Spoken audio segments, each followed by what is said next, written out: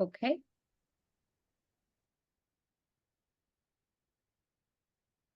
Hello, everyone, and we are back with another fireside chat today, just as we approach Diwali next week. And to light up our fireside chat, we have our corporate chief of nursing for Fortis Hospitals, a leader who lights up any room with her positivity and that winning smile. Please join Thankam and me in welcoming Captain Sandhya Shankar. Captain Sandhya, may we request you to come and begin.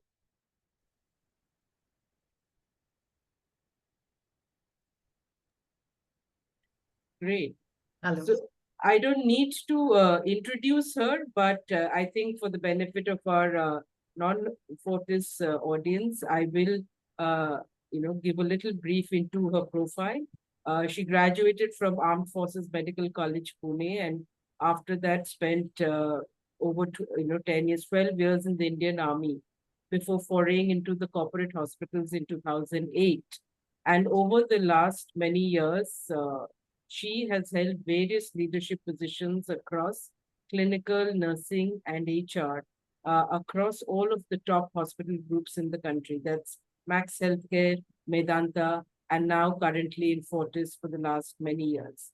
I think one thing that distinguishes her is her versatility as a healthcare leader because she has an MBA in healthcare management, HR, besides her nursing leadership certifications and quality certifications. So that makes her one of the most well-rounded nursing leaders or healthcare leaders, as I like to call her, in the country.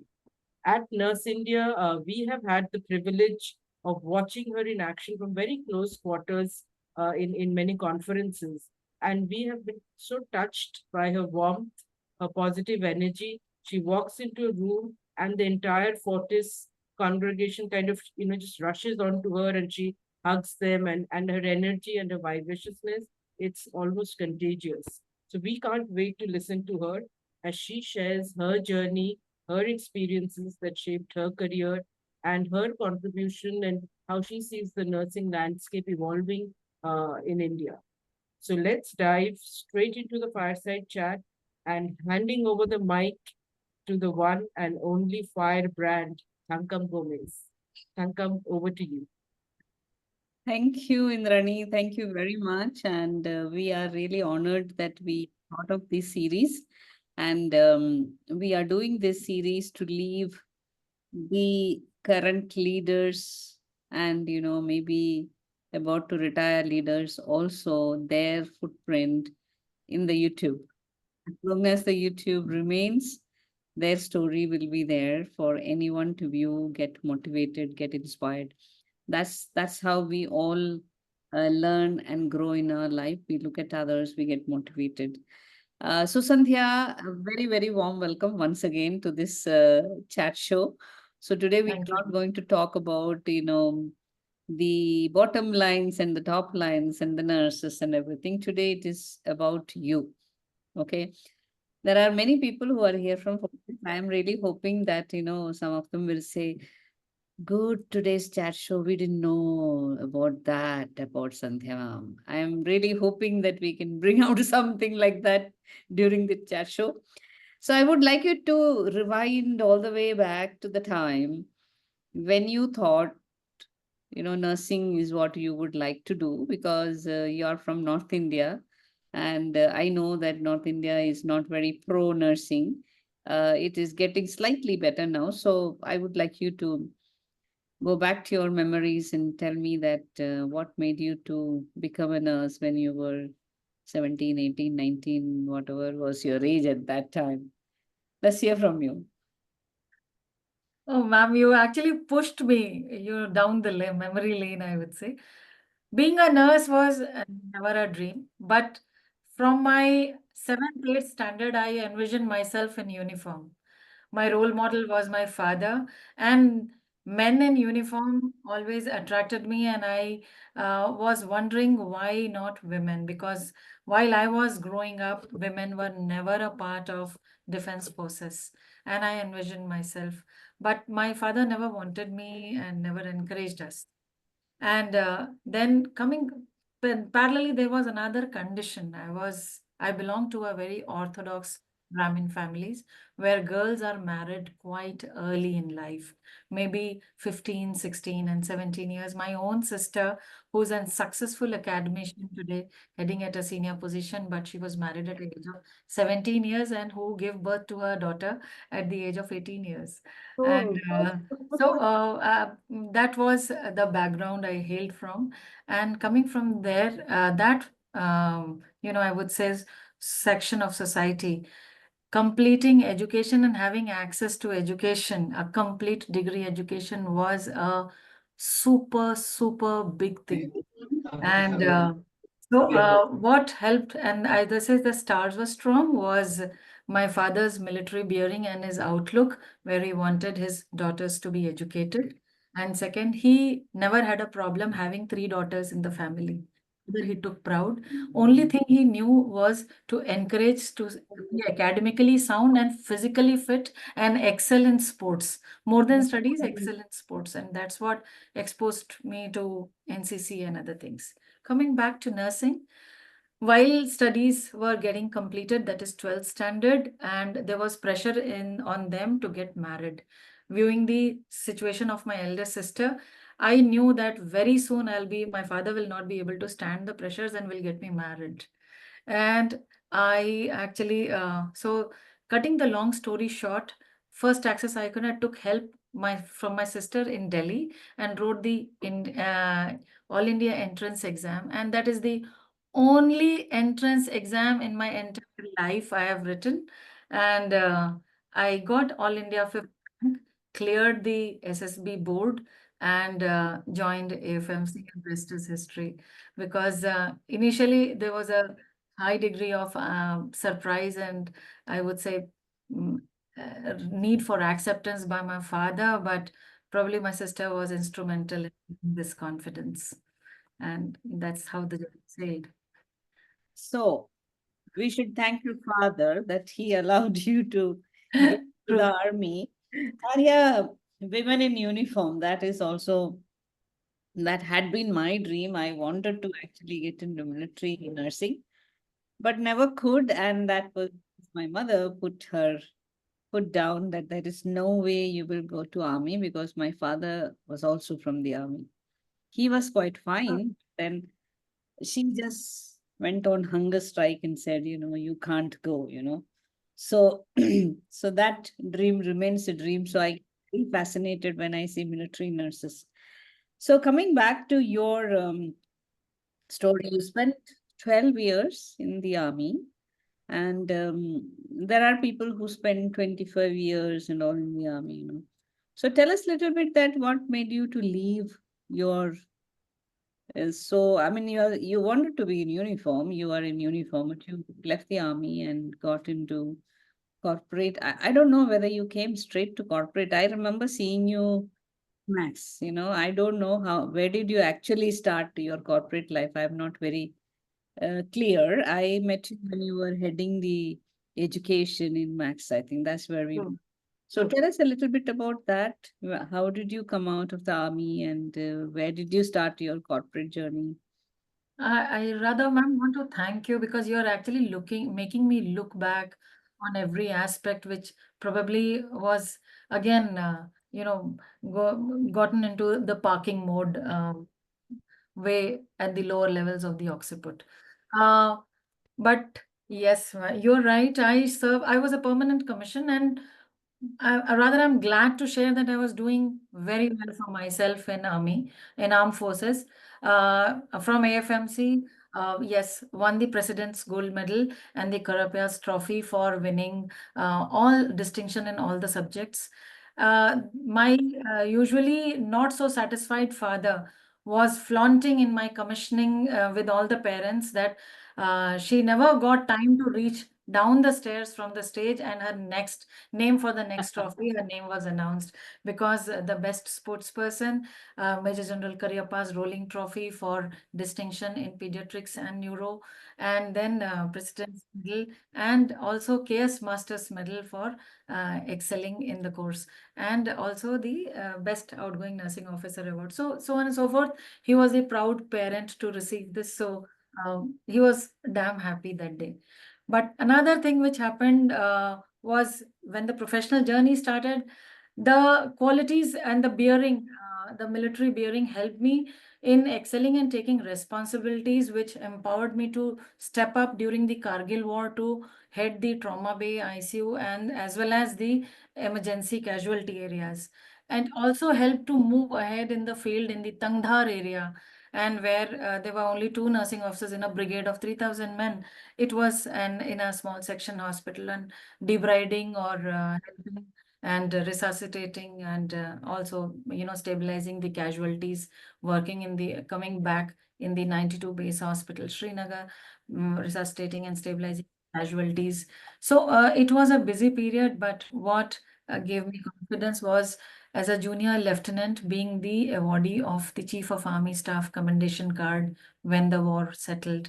So if I look back, army career, and following that, when I got posted out, again it was Bhuj, the most, I would say, the disastrous earthquake India encountered, and again being the part of resuscitation and a rehabilitative team on working in that field area and helping the casualties to stabilize, representing the armed forces medical services.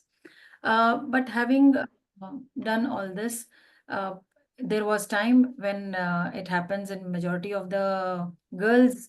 I got married. I did had a family. I did had children, and so there were difficulties. There were some mishaps at the personal front, which I had no option but to choose kids and family over my profession.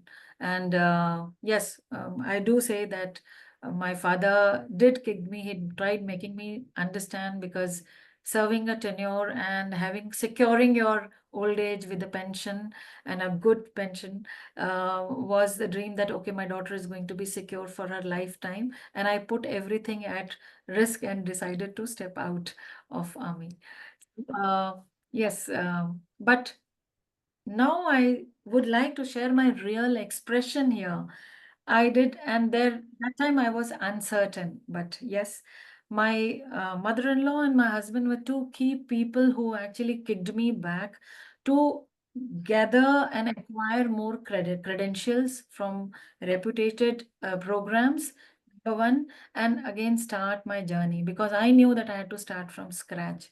Having a brief overseas stint, I came back and started with Max Healthcare, and that's where I met you, ma'am.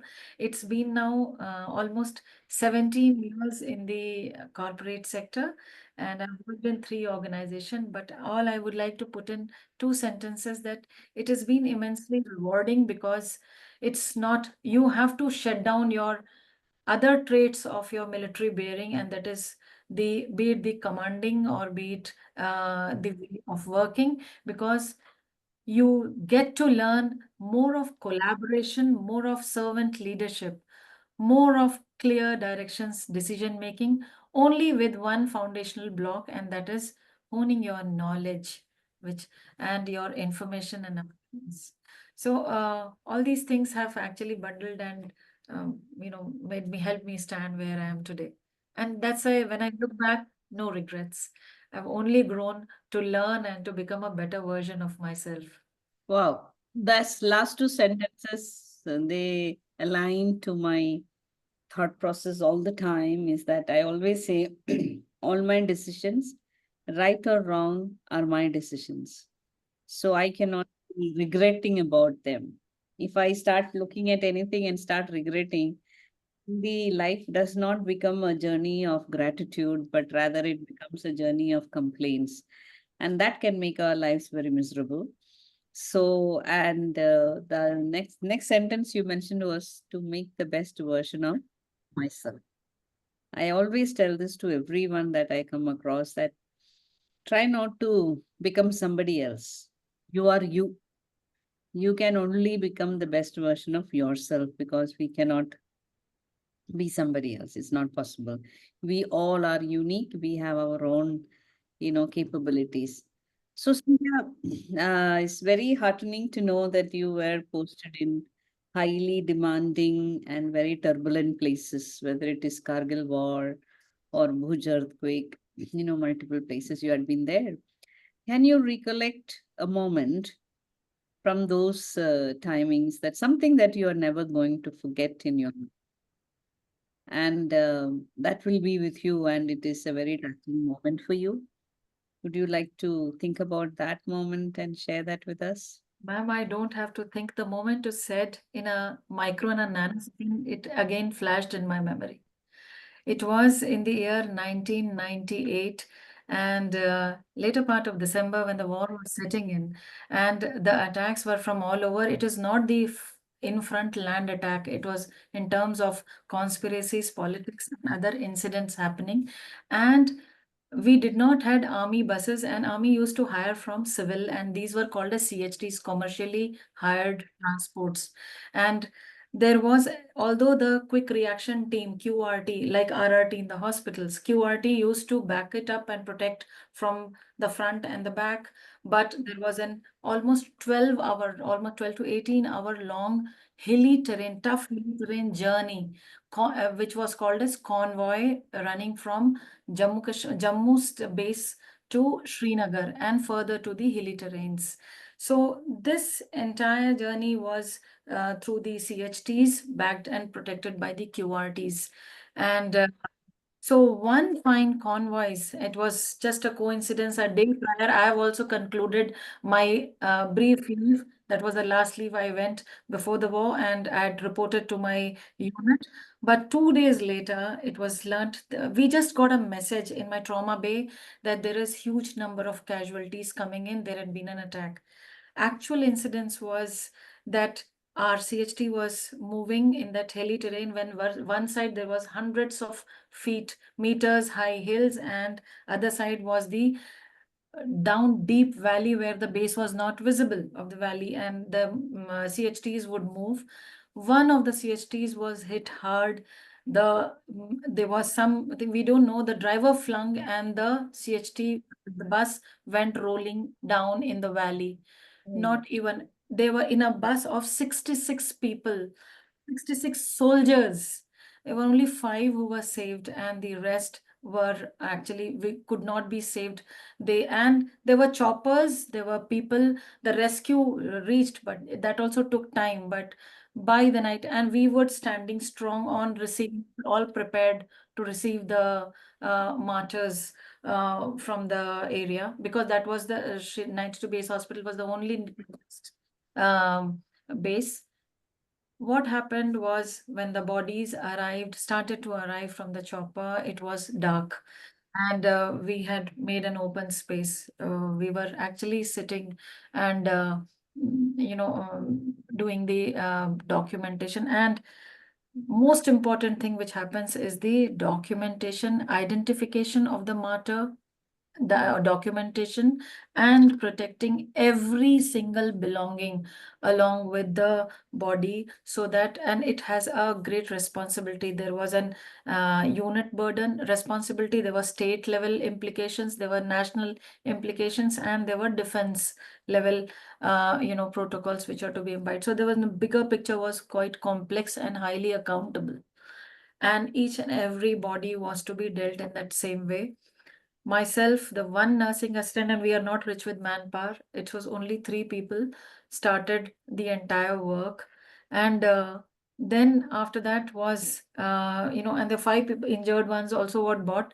I was also looking after the critical, the ICU, because I was the ICU in charge also, along with the trauma bay, identifying, putting everything in place, and also taking care of the wounds there with my team and nursing assistants.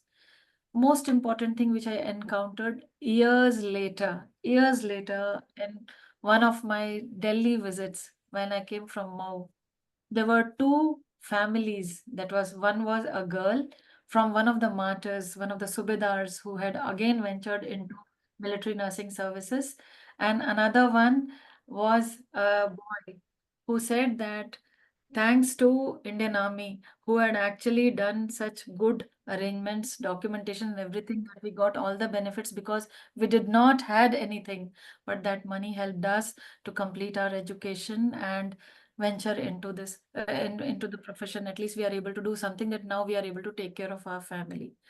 Those little, the sense of accountability which is put in, and the large number of casualties, which I was sitting there for a moment when when I raised my eyes, I was among all the bodies and sitting there and doing the documentation, and I got scared late in the night. There was two bulbs in that hall, and that actually instilled a high amount of fear. There was one option that I had an option to just leave it and run away and allowed the nursing assistants to do that job. But then again, continuing, because if I don't do, and I don't deny the nursing assistants do, work, but they're viewing their qualifications and their limited awareness to importance of documentation. Probably I felt that myself and that medical officer had a bigger responsibility of doing it so meticulously rather than running away. And so we sat overnight, we completed everything and, dispatched. But years later, when I witnessed that, then that day of that December 1998 actually, made me proud of myself that, okay, yes, I didn't run away and I did a good job. Fantastic. So now my next question is, if you can recollect, what was your first shock of corporate world? There are great things about corporate world. I have never worked in the army, but I kind of know what army is all about through my dad's, stories. So I would like to ask you that, because you are not as old as me, so your memories are probably little fresh. What, what is the, one thing or two things that really shocked you when you came into the civilian world and as the corporate world? This was the first learning, ma'am, that addressing outside as civilian is like a gully. Sorry to say that, but yes. And this is the mistake which we make. And every person in uniform coming out cannot be using this word. Civilians. No, it's not. When we hang a uniform, it's not that. Maybe the Fauji in us does not die, but can't be using this word so casually, because this is a very responsible word and it's to be used responsibly. So this was the first shock. The first incidents, ma'am, I would say I'm not, it still makes me smile. But that time I was angry because I came to the emergency department. I chose to work on the floors because I wanted to learn how a private hospital works. And I didn't know what corporate means. So, and typical of my habit, the moment the casualty came in, I just ordered, because I was a TL and I didn't know what a TL is. I only knew a patient is coming in with MI and things have to fall in place. And I said, quickly, please. And I didn't even raise my eyes from there because I was seeing the monitor and the patient was having, this was the first case, MI. And I said, inform the doctor, please load the kinase and get the IV cannulation, get the sample syringe and everything. And I took the patient to the bedside and started connecting the monitor. But it was, ma'am, the moment I finished connecting the monitor, I saw nobody was there.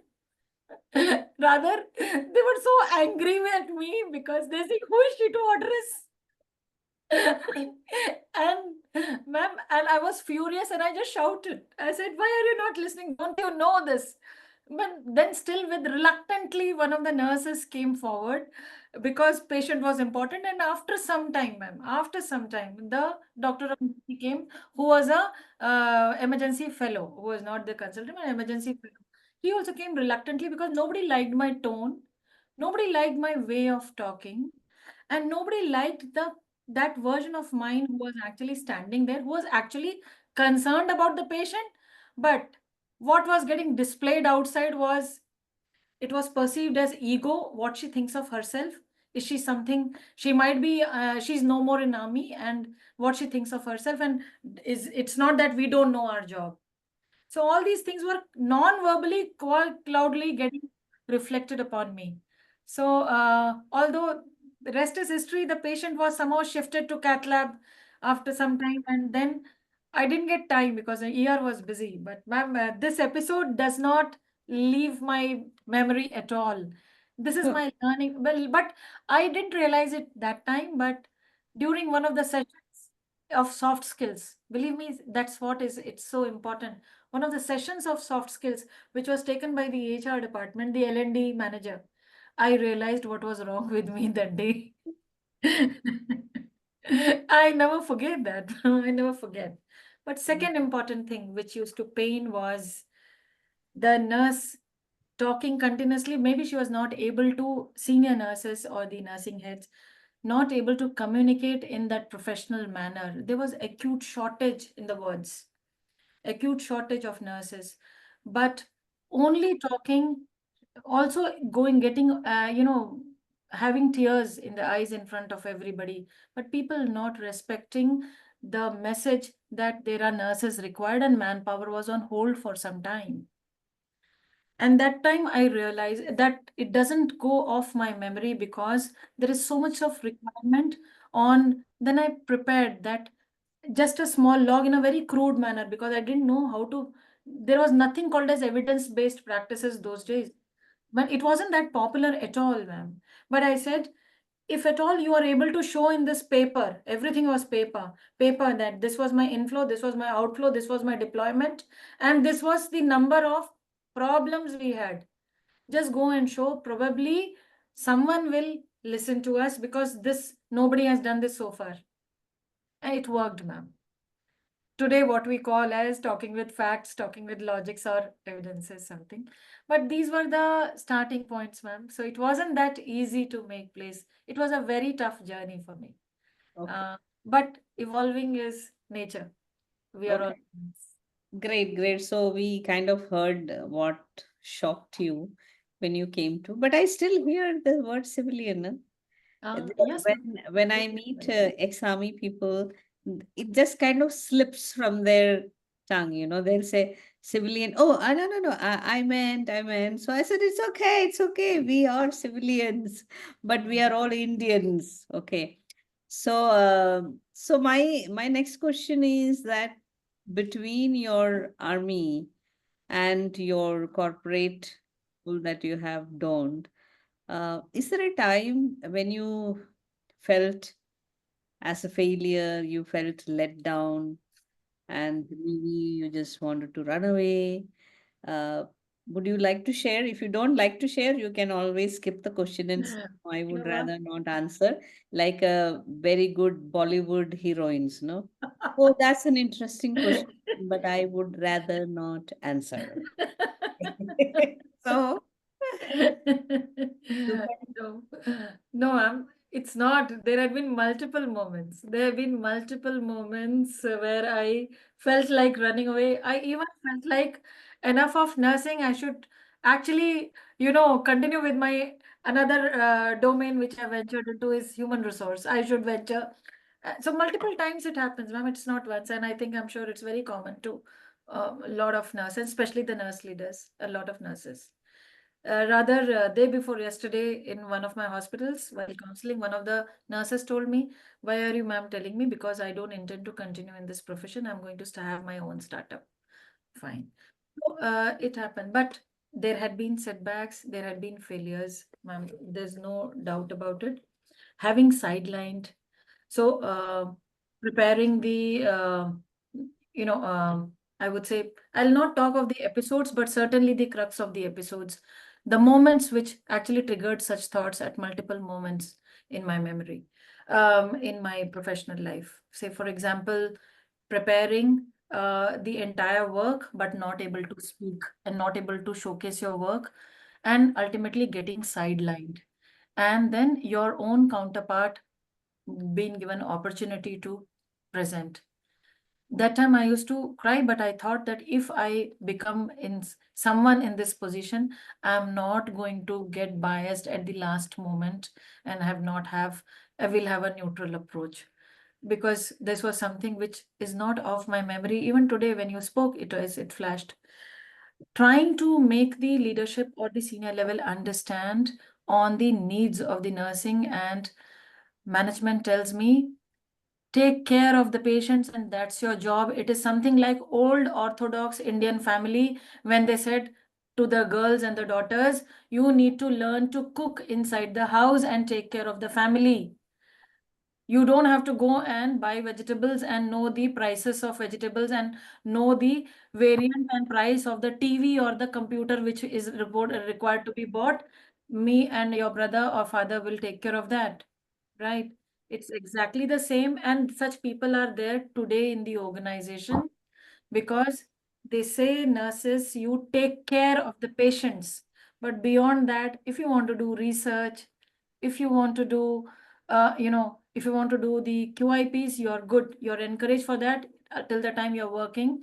But something above that, on filing the applications and taking to the next level and publishing your works, probably no, it's not related to patient care. Better focus on patient care, because we are having those patients are complaining. Your attention is drawn to those complaints. What to do in such cases, ma'am? This is something, rather either sulk or sit back and focus and again divert your nurses to take care of the patients, or also invest in something. Okay, I'm taking care of the patients, but what about this? This is important. If I do this, I'll be able to take better care. Ma'am, these are the things which actually, and one of the biggest setbacks were being a nurse, standing in the forums and not telling so it was a multidisciplinary panel. It's not today. I was traveling to Germany actually, and multidisciplinary forum, and I was a nurse, that too from India. The moment, and in the hall where people didn't know that I'm one of the speakers and I'm on the presenters. But the prior reaction, ma'am, and from it's now almost 13 years today. It was somewhere in this month only. I had traveled in month of September rather, and when I said that I was asked during the tea getting introduced, I said I'm a nurse, this nurse from India. There was not much of reaction. India was not seen as that happening country or place. They only spoke about Indian nurses because they need money and they are going to outside. They're migrating to other countries, or there is a lot of corruption, there's a lot of poverty, and I was not surprised, but I was sad to see that they all spoke like that, wherein my experience as an UN mission nurse was completely different. When I went to United Nations as a part of army, that experience was completely different. So, and then when I actually got onto the stage, made my presentation, data and everything, was I saw the needle moved and there was some degree of recognition and respect, but that really made me sad. Indian Airlines, for the first time after Kargil War, Indian Airlines, as a gesture of kindness, started chartered flight for all Faujis who flew from Valley to Delhi. It was a chartered flight for all Faujis. And would like to say that me, my colleague, we were all in combat uniforms, very proud. We boarded the first flight. And there were air hostesses who were so excited and they welcomed everybody. And they were more surprised because they've never seen women officers in combat uniform. They made us sit on the first row, me and my colleague. Both of us sat on the first row. We were allowed to go on leave. And we were very happy that after so many months, it was almost more than a year, we were going home.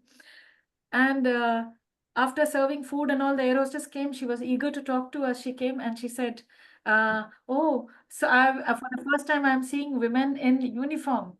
So she said, "What do you do in army?" And I just said that we are nursing officers and we work in the military hospital. We are posted at base hospital in the battle honors, and we're proud. I said. I also added, "This is the only hospital in Indian Army who has got the battle honors." And to my disappointment, to my shock, she said, "Oh, you're nurses." My colleague said yes, because I didn't know how to respond. And she just walked away and she never came back to us. So I'm talking, this is the experience almost 22 years back. And this that doesn't go off my memory, but this made me sensitive upon the situation and the positioning of nurses in the country. The rebel in me further got strengthened and further got motivated that yes, we need to uplift our profession by pride, by knowledge, and by, by positioning our profession and ourselves in the community, that the way the society look at us should change. It's high time. It should be a scientific profession. And ma'am, that's the reason I urge everybody, or educate every nurse leader not to agree to HR or calculations in the organization to be working on wages. No, we are not workers who will work on wages. We are professionals who need to earn a salary, not wage. So such experiences, probably that's the reason I say it made me a better person, because it motivated me to learn more. I think there's a lot of insight into what you have told generally, though we said we'll be talking about you, but then you and me, we belong to a profession. The meaning of a professional, the meaning of a profession, many a times, our own people, they don't understand. So the reaction that you got in the aircraft, or the reaction that you got when you went to Germany, I also had similar experience in my life. When they will come and tell you that, oh, Dr. Gomez, that was very good. Then I'll say, "Really, I'm not doctor, and I'm a nurse." So they'll say, oh, so what is that? Oh, so I will ask them, what do you mean by that? Oh, I said, you didn't expect a nurse to be like that? I said, it beats me that uh, why is it that, people who are in this profession cannot be capable, cannot be intelligent, cannot think different, and cannot think for the country or for the profession themselves? It is an uphill for our profession, I must say. But it's very important that every single leader, they have to rise above these, one is self-inhibiting thoughts, self-doubts. And sometimes, we are very comfortable doing the same thing. And, take care. I come in the morning, go in the evening. Why should I take up anything with anybody? My life is going well. What is there to think? So, no profession in this world could rise up unless more and more leaders did something for the profession themselves, itself. Because being a professional, individually, we have excellence in our country. But as a professional body, we still have a long way to go, and you are contributing, and a lot of people sitting here in the audience, they are also contributing. But I still feel uh, there is much more to do. So before we started, you asked me a question, so I'm going to ask that question back to you. Sandhya is telling me, मेरी x मेरी पाव पे भर रही है, madam क्या बात है? Okay. So what I'm trying to ask is that you were born older than me. Okay, I have seen the profession from a different lens, because I was trained in a mission hospital. Then I went abroad. Then I came back. I have a different trajectory. So you are of the younger breed leaders. I don't count you in my level because of the age. The kind of experience I have put in 44 years. You still have more to go. So you have worked with people who are senior than you, okay? Because you started early in the corporate sector, and also you're working with leaders, maybe your similar, contemporaries, and then you also are seeing people who are, upcoming leaders, and you are a corporate now. Now, when you look at all these people, can you think of two, three attributes that is very critical for that individual as a leader, and also what they need to think or do or behave to contribute to the image of the profession?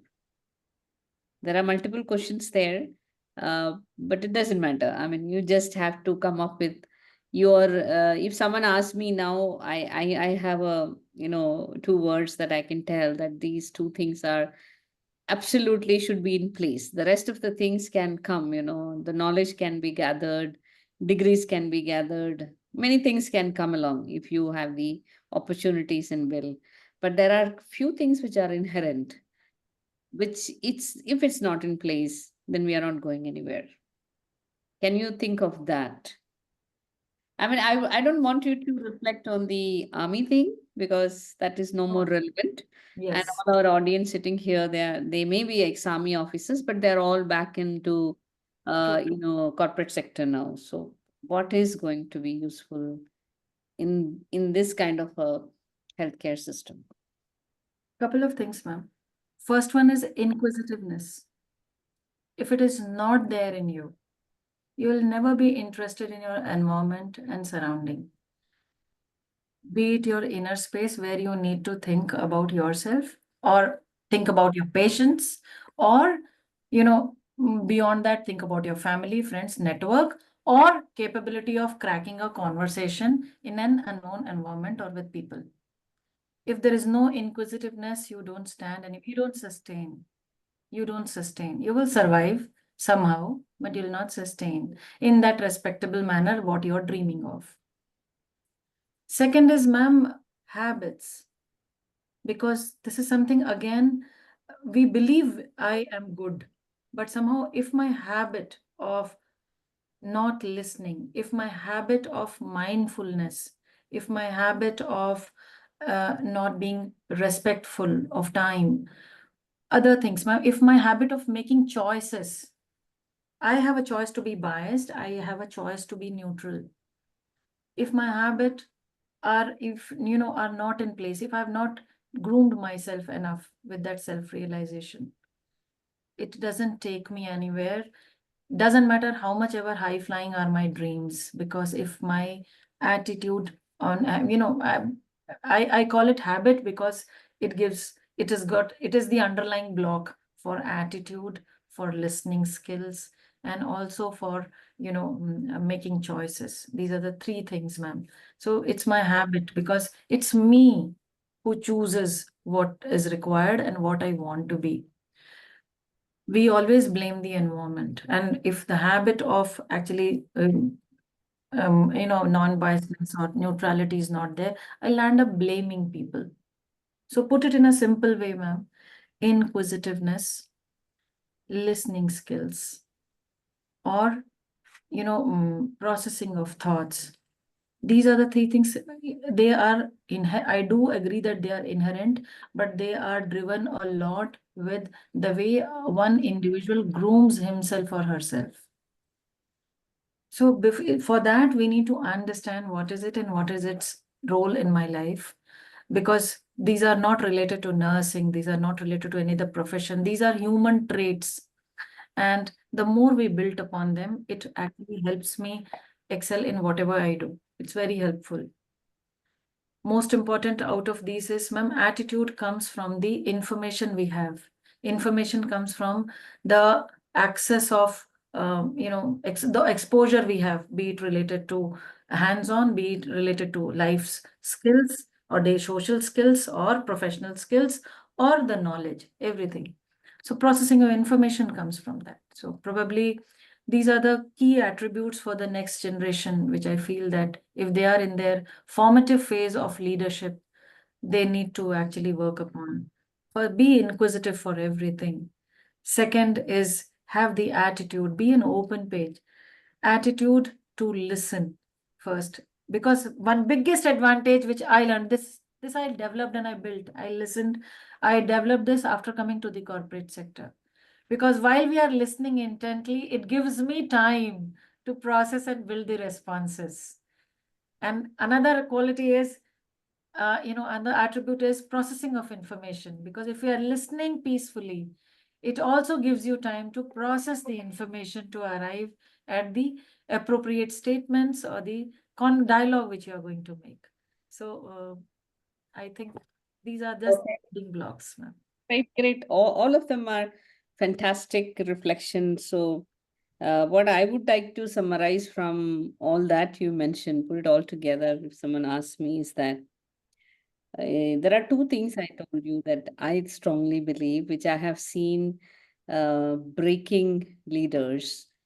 The first and foremost is the ability to communicate. You may have a lot of information, you may have degrees, you may have everything, but if you are not able to communicate in a relevant manner to the people who are concerned, uh, they may be polite, they may not say anything, but you may not make an impact. Absolutely. So Absolutely. communicating impactfully is something that you need to work upon.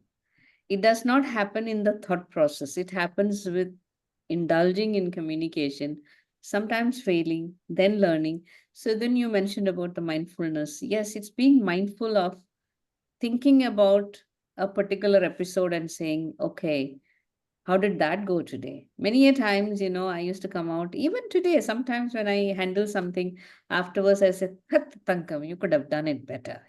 I'm very used to self-scolding, I will do like this. See, Tankam, you could have handled it better. And or sometimes I'll tell myself, that was a good interaction. You managed it pretty well. So today I was just reading something, sometimes it is very important to distant yourself from yourself.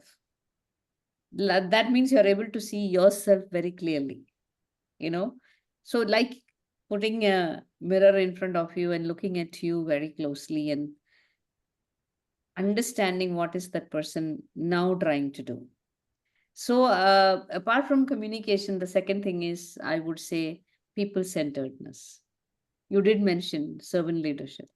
So whether you call it servant leadership, I don't call servant leadership. I believe in influential transformational leadership. That means we have to invest in transforming others. I mean, for that, people centeredness. So when I was, brought up as a nurse, I was always trained to be patient centered.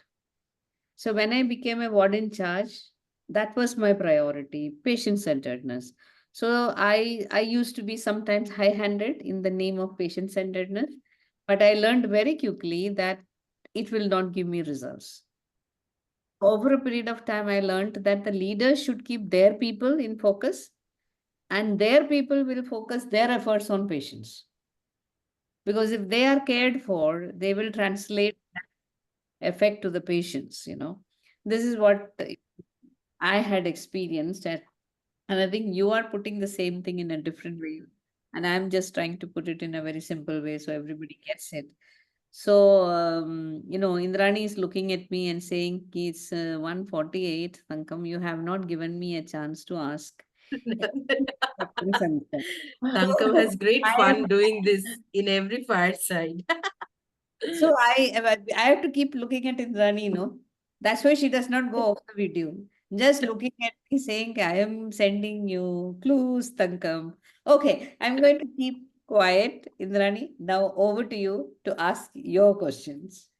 No, I was listening enthralled to this discussion so far, and you know, it's been such an honor to have you, Captain Sandhya. The authenticity with which you just shared everything, your highs, your lows, your stuff that made you think. It's been a beautiful conversation. Thank you very much for sharing it so openly.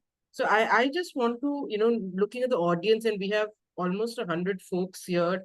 Many of whom might be from your teams, many of whom might be from other teams.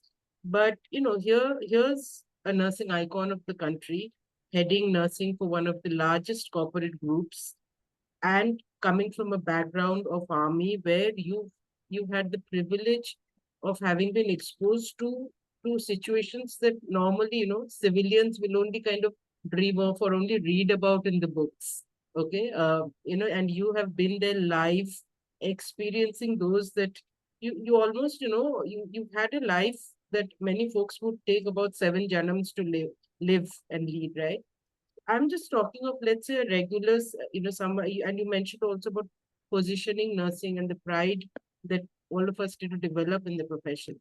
So here's, let's say it's a young leader, someone who has about say six to 8 years of experience after nursing, is now looking for, is a bright, clinically good, bright person, decent communication, wants to now, is now aspiring to move into eventually one day leading, a nursing for a big corporate group.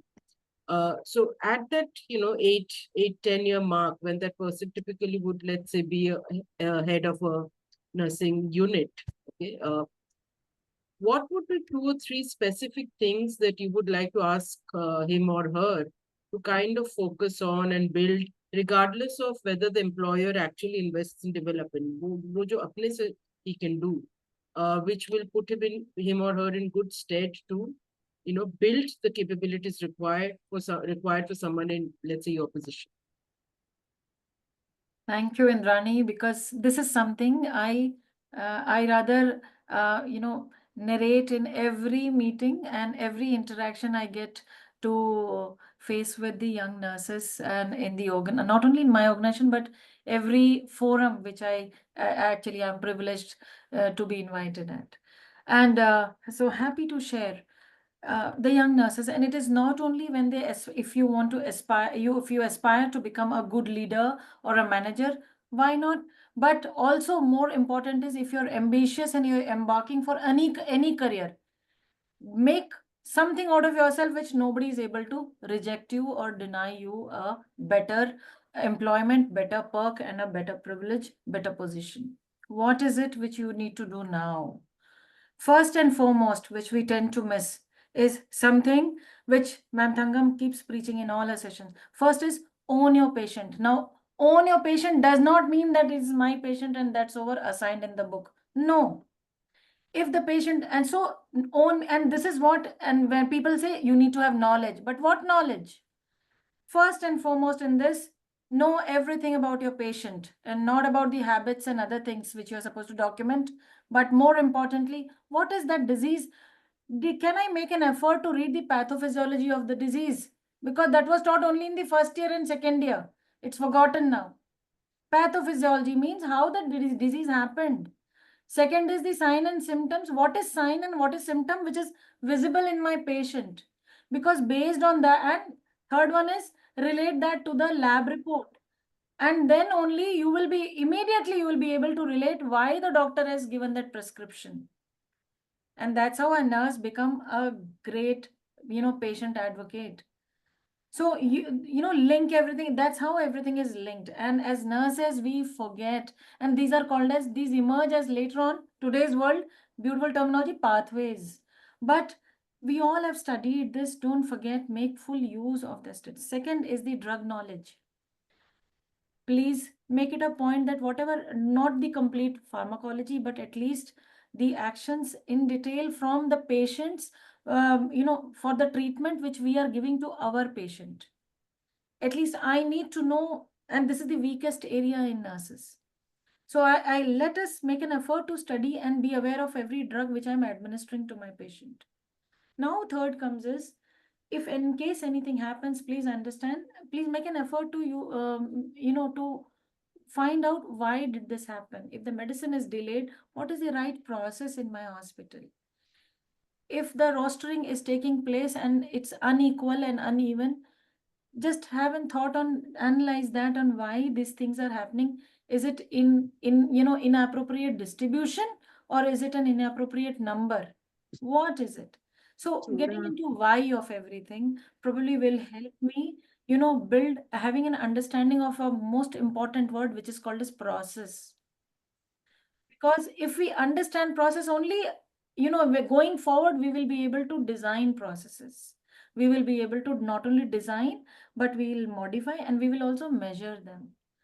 So, and as we evolve, starting from grassroots is knowing our patients well, knowing our departments well. And when the accreditations come in, if we follow the standards, we will be in sync with working in a structured framework. Like, for example, if my NABH or JCI might be mandating initial assessment, when the time comes, what we show, 30 minutes, whether the initial assessment was completed in 30 minutes or not, or 1 hour or not. Why only wait for accreditation? When my patient is coming, I'll do a detailed initial assessment, which will help me know about the systems in the body. How many nurses are doing this today? It's not all, it's very few. It's minuscule now. We only are bothered about meeting the TAT.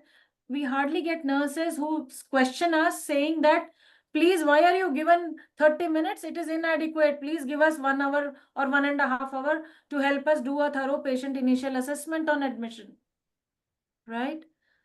So question, please, and when it is asked, and third, very important time, when the opportunity comes, speak up. And if you're clinically sound, you will be able to speak up. Give your views. Give your views. The other day, 500 of them sitting, and overall in 3 days 1800 of them were addressed, but out of 1800 one nurse got up to say that we are exposed to radiation a day in and day out. You have beautiful insurance and PHP annual health check for all the doctors, nurses and employees in the hospital. Can you put something, we are 40 plus, can you put something pertaining to radiation or mammography? Because she was actually aware and deeply into what she was doing, and she could question us, she could suggest us. This is something which probably is the building block and will be my message to everybody on know everything about what you do, what passes through your hands, be it your patient, be it sign and symptoms, be it the treatment. Going forward, also know what is happening in healthcare, the latest things, just be aware where the new equipment's coming in, new diseases being treated or new treatment modalities coming in. Robotic nurses doesn't mean that only in the robotic nurse in the OPD OT needs to know about it. There is no harm. It will be a blessing. It will be icing on the cake if nurses in the hospital know also what is robotics, or what is the transplant modalities in the liver transplant, or so on and so forth. Learning about the latest and keeping abreast with that. If we are technically sound, rest of the things start falling in place gradually, because we develop that critical thinking and analytical view to look at things. And we also get the confidence to speak for ourselves, our patients, and our teams. And automatically these get translate into self-learning and opening other bigger gateways. But this would be the building block. How wonderful. I think, you really touched upon each of those building blocks. It's almost like a mini syllabus you gave, if somebody is really aspiring to move into that position. I'll just ask a small corollary to that question, and then I'll hand it back to Thankam because I'm also mindful of the time. A corollary to this question was, you just spoke of the building blocks, and someone said that 8-10 year experience mark. I just want to now build a little, and let's say look at someone one or two levels, let's say, below you. So, say an assistant nursing superintendent or assistant to a nursing head of an individual hospital. Uh, and here I go back to my own experience of spending some time in hospitals with HR, and I would look at these quarterly board meetings or these monthly hospital review meetings. Okay, and I've always wondered, as someone who was not from the industry, I came from another industry, and the first thing that struck me was, all of the leaders would be there in the room, and there would be lots of discussions, data, etc. And one thing that would always strike me was the nursing head, despite being, fantastic in terms of the clinical knowledge, second only to possibly the doctors, sometimes better than the doctors. Okay. Despite knowing their job, despite heading the largest population in any hospital, would almost be the quietest one. Okay. And whether you're talking of revenue, or you're talking of EBITDA, or you're talking of any cost cutting or any quality initiative, unless your nursing teams anyway adopted, nothing's going to flow, right? And I would always wonder. And it took a lot of work and confidence building measures. And also, I think it's very person dependent, individual nursing head dependent. Those who are confident enough speak up. But unless we have nursing heads speaking up in every single hospital monthly review meetings, and I'm not talking of, picking up fights. I'm just talking of confidently speaking up with data, putting their best foot forward, asking. we are never going to, position nursing as a great profession. We are not going to be able to. So what would be your 2, 3 tips, that you would have picked up? And I know you mentioned from command you went to collaboration, and sometimes I think we expect some functions to be more collaborative than others, and that's unfair. Okay, but how would you advise someone at that level to balance between collaboration and between, speaking up, almost demanding some stuff for their departments, whether it's manpower, cost, etc., or at least balancing this constant tussle between EBITDA and let's say quality, etc. What's been your experience? If my experience, you say it's actually evolved. Starting from in 3 phases. First one was hurt and feelings. Second was then realizing and entering my formative phase on learning. And then third one was earning, or earning it for the teams. So the nurse, and these, as per I just divided it into when I look back, this is the 3 phases I have undergone. And probably this is the story of majority of the nursing heads. They can place in which phase they are. So feeling hurt and feeling sad is something because we do lot of work and we are rather overwhelmed. When somebody talks, we do not, rather than talking facts and the end point or the outcome, we land up telling the story, and the listener, they loses the interest or they get disengaged. So probably what Thanga ma'am said, the communication, the power of expression is something which has to be coming in from the beginning itself. Doesn't matter you are good at numbers or you don't good or you're not good at numbers. Doesn't matter you understand RPOB and EBITDA or not, but expressing that in your own way is something important. But for that we need, so this was the first phase. Second is learning how to actually present and talk for my point. Now, rather than getting subdued in the boardroom or in the meeting rooms when people talk about these terminologies and business, do not get intimidated or do not get subdued over there in such forums. Rather, you have your own data and your own logics ready. Maybe you want a scholarship or a program to be funded for nurses. And after that, politely say that, okay, I've heard this. Now, can we have something else for our most important workforce and the nurses? Because there is a need coming in the market as well as in the organization, and we need to ready our nurses to prepare for to help the clinicians, whatever it is. And then third one is there will be negotiational. Third one will be you will get more time to fact and to actually earn it for your team. Now, this is a long process and we cannot do it alone. Friends, we need to have our advocates out of nursing, and that's why collaboration was the first thing I learned, and I started advocating and pitching it. Nursing cannot work in silo. We always say this, but here it's we need to act upon it. And most important people are human resource. And because if this group of people, the managers, the executives, or the head HR or ACHROs are, and they understand what we need, then it's something like ek se bale do or do se bale teen. And that is the time, we enter the discussions in the form of a team where you already have pre-aligned people to speak for you who understand your intent. So never go alone, because it is something like a journey we travel alone when the karma keeps increasing. But here it's about negotiation and it is about winning a verbal battle or a brain battle. So we need a team and we need to win it with a team. And how do we equip? We equip ourselves and then we align people to join us. How Without wonderful. So it's Wonderful. my time. It's my time. Yes. To ask Over to Thankap. So I know it's stressful job being group head. I can very well imagine that. So it's only not only the 80 plus people sitting here. I think there are people sitting in the auditorium and watching you.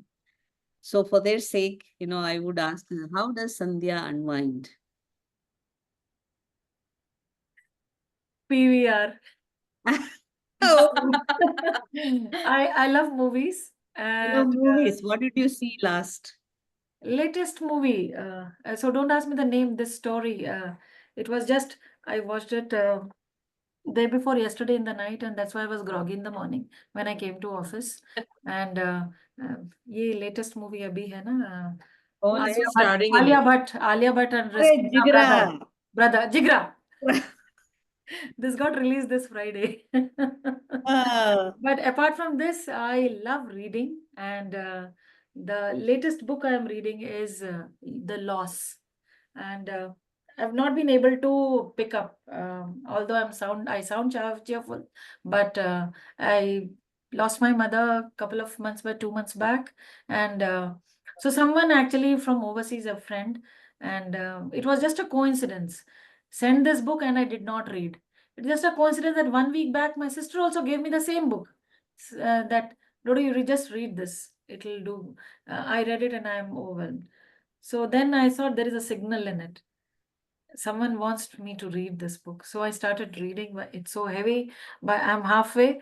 And but I like reading, and I have my own collection of books, and I like giving books.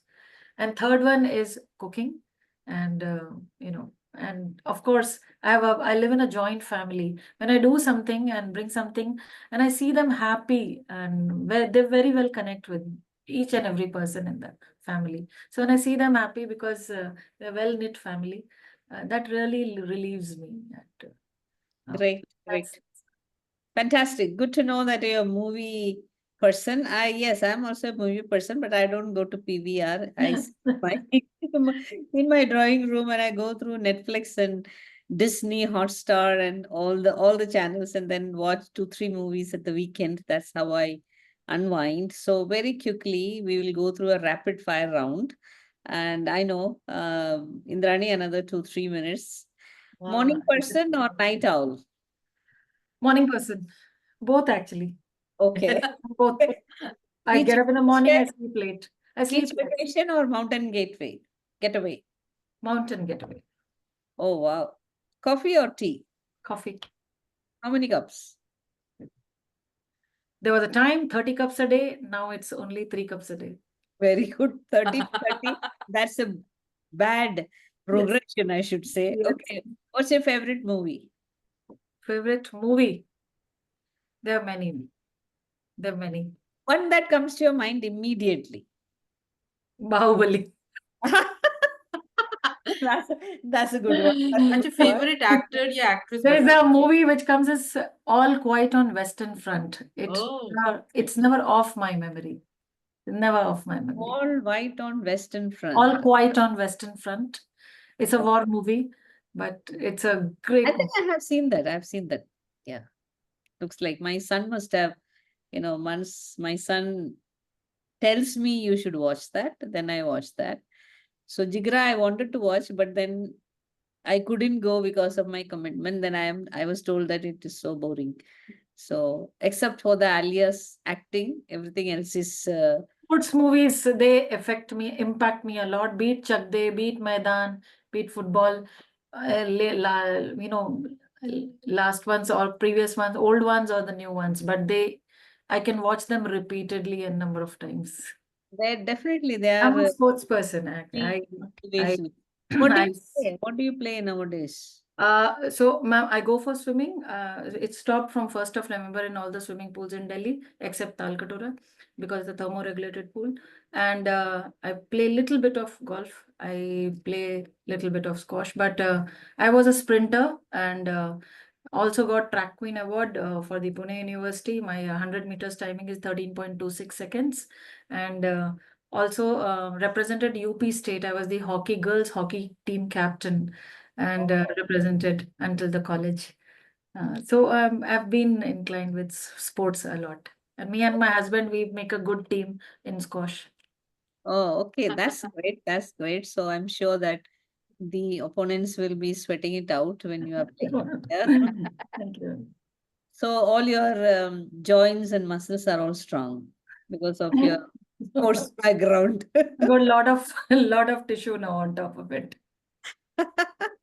Yeah, that is the gift of the Aging. the age that. This lifestyle, yes. So I think that was a fantastic discussion. And thank you everyone for joining us here. And obviously, someone wrote there, please upload on the YouTube, but that we are definitely committed. We upload all. Please go to the YouTube channel of Signia Healthcare and you will find all those videos, the previous ones.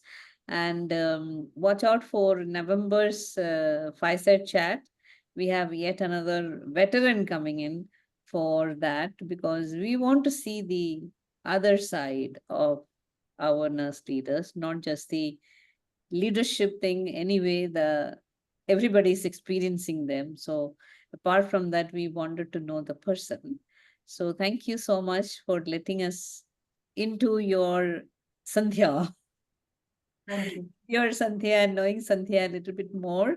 So God bless you and wish you all the very best. And you have a long inning. Make a difference. Thank you. Yes, we are in it as a team. You and me are part of Annie. So obviously, we will do things together to make a difference to our profession.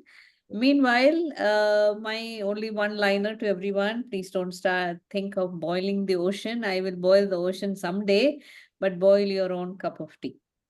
Make a difference wherever you are, in whichever manner you can, and make yourself proud and let others watch and say, oh, that's a great nurse. That's how it should be. Even when you're a staff nurse, everybody should say, oh, that girl, oh, she's something.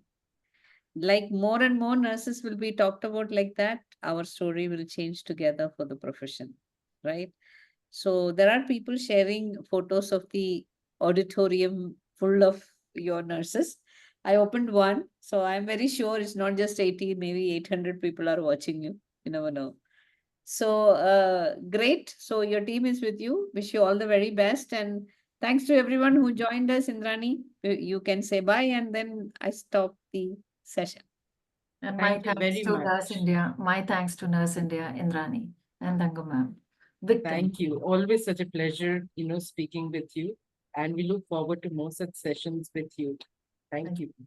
Great. Take care and have a good weekend and a very happy festival season next week. Yes. A very, very happy To all of you. everyone. So, or a string of things that's happening next week. So enjoy your time and enjoy your time with family and enjoy your time in hospitals. Happy Diwali to all of you. Take care and bye-bye. Thank you. Bye-bye. Bye, Anthony. Take care. Bye-bye. Bye. Bye.